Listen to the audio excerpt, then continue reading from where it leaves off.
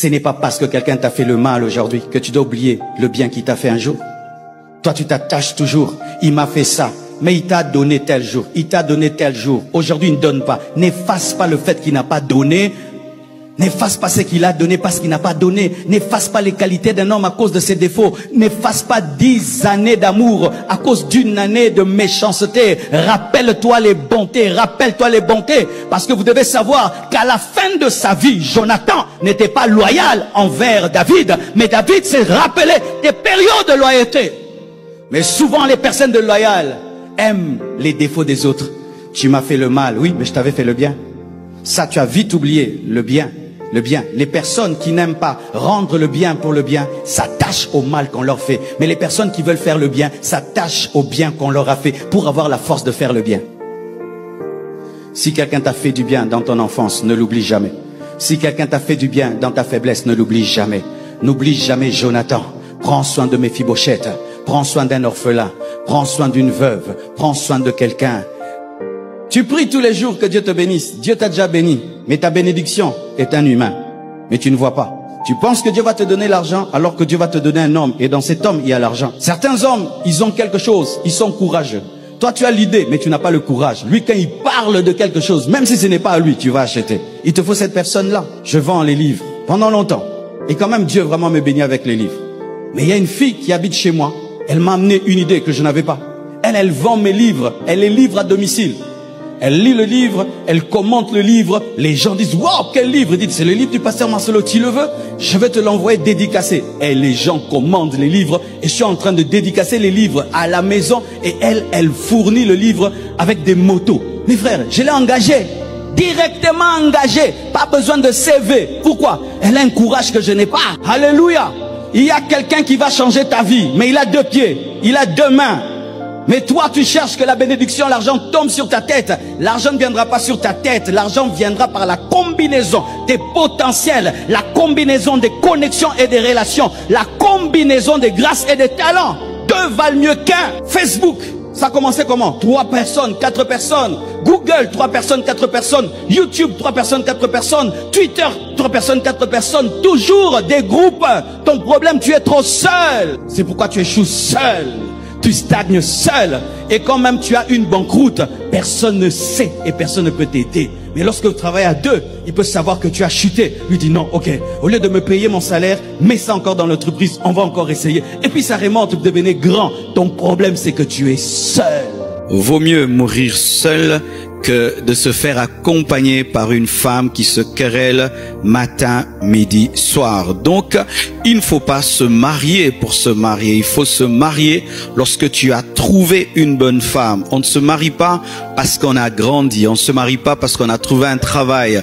On ne se marie pas parce qu'il y a une pression familiale, une pression de l'église, une pression sociale, même une pression sexuelle. Non, on se marie lorsqu'on a trouver une bonne femme. Et si jusqu'à la fin de ta vie, tu n'as jamais trouvé une bonne femme, ne te marie pas. Ah oui, je viens de dire quelque chose de très fort au début de ce message. Si toute ta vie, tu n'as jamais trouvé une bonne femme, ne te marie. Et même à l'envers, si toute ta vie tu n'as pas trouvé un bon mari, ne te marie pas. Vaut mieux habiter l'angle d'un toit que de partager la demeure d'une femme querelleuse. Proverbe 31, verset 3, la Bible dit, ne livre pas ta vigueur aux femmes et tes voix à celles qui perdent les rois. Il y a des femmes qui perdent les leaders, qui perdent les grands, qui perdent les personnes qui ont des grandes destinées.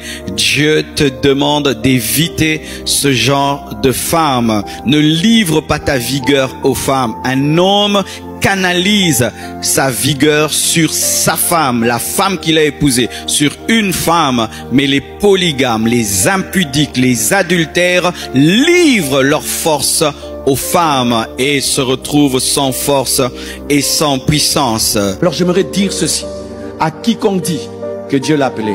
Voici, si tu sers Dieu pour t'en sortir dans la vie, tu n'es pas un appelé de Dieu.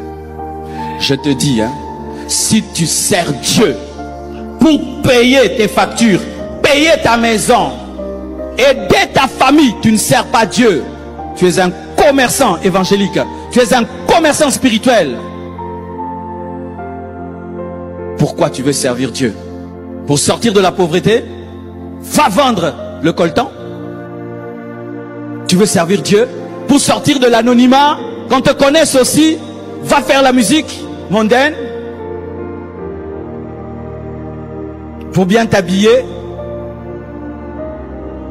Aucune passion des âmes.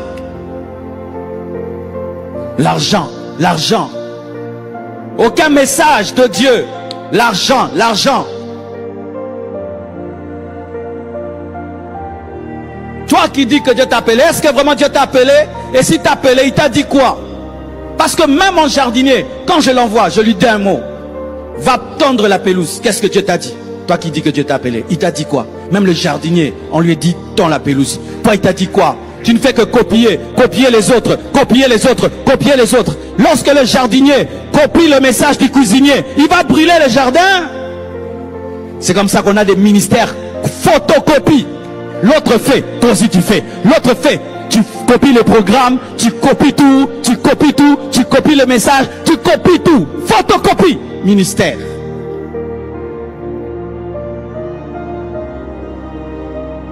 Là où Dieu libère son esprit, sa puissance, les gens ont des vrais appels pour sauver les âmes.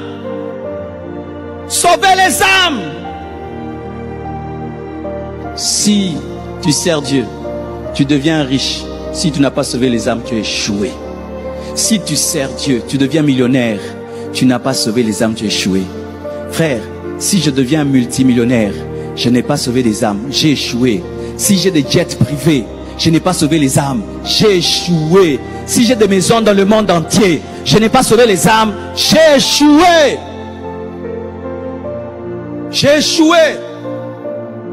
Et je regarde des jeunes, à peine il a commencé le ministère, il veut le standard, le standing de vie de quelqu'un qui a servi Dieu pendant des années. Une belle voiture, une belle maison, des habits chers, des chaussures chères. Est-ce que Dieu t'a appelé pour ça? L'envie, l'envie, l'envie, l'envie. Aujourd'hui, beaucoup de jeunes serviteurs de Dieu, l'envie. Par le temps que nous passions au début du ministère, en train de jeûner, chercher Dieu pour avoir un message, pour avoir l'onction. Eux, ils cherchent des vestes, des cravates, ils veulent être vus pendant qu'on cherche l'onction. C'est pourquoi vous commencez des ministères sans impact. Le monde spirituel ne vous respecte pas parce que vous cherchez des vestes, des cravates, des voitures. Vous paraissez beau, mais pas d'impact. Tu n'aimes pas le travail, mais tu aimes le salaire. Comment? Tu n'aimes pas le travail, tu aimes une bonne vie. Comment? Et je vais te dire quelque chose qui va te choquer. On ne devient pas riche en priant. On ne devient pas riche en jeûnant. Montre-moi quelqu'un qui est devenu riche en priant. Montre-le-moi. Montre-le-moi. On devient riche en travaillant, en bossant. Ok, j'attends les hommes spirituels qui disent non pasteur, tu as méprisé la prière. Les Japonais prient. Le Japon, ils prient Jésus. À Dubaï, on prie Jésus. Ah, donc pour être riche, ce n'est pas Jésus. Sinon, comment ils sont riches? Tu es pauvre parce que tu n'as pas Jésus. Tu mens, tu n'iras pas au ciel parce que tu n'as pas Jésus. Les choses d'argent, c'est autre chose. Mais pourquoi alors à Dubaï ils sont riches? Ils prient pas Jésus? Explique-moi chrétien, explique-moi. Ah, tu ne réfléchis jamais comme ça. Tu as peur de réfléchir comme ça. Tu sais pourquoi tu as peur de réfléchir comme ça? Ça va te révéler que tu es paresseux. Quand quelqu'un t'aime beaucoup, fais très attention. Tu peux beaucoup le blesser parce qu'il y a beaucoup d'attentes. Amen. Hein? Beaucoup d'attentes. Et toi, tu as beaucoup aimé quelqu'un. Pas seulement sur le plan amoureux ou bien pour le mariage. Tu as beaucoup aimé un ami. Tu as beaucoup aimé un serviteur de Dieu. Tu as beaucoup aimé tel. Mais il t'a déçu. Il t'a déçu. Tu t'étais tellement donné. Tu as défendu cet homme de Dieu. Tu t'étais tellement donné à cet ami. Tu l'as présenté partout. Mais en retour, tu as reçu des problèmes. Et tu décides, j'aurai plus d'amis. Moi, je ne vais jamais me donner même dans un ministère. Fais très attention. La blessure t'a courbé. J'aime Dieu. Malgré qu'il donne et qu'il subit en retour l'ingratitude, il continue à donner. Malgré qu'il aime et il reçoit l'ingratitude, il continue à aimer. Et tel il est, tel nous sommes. Amen.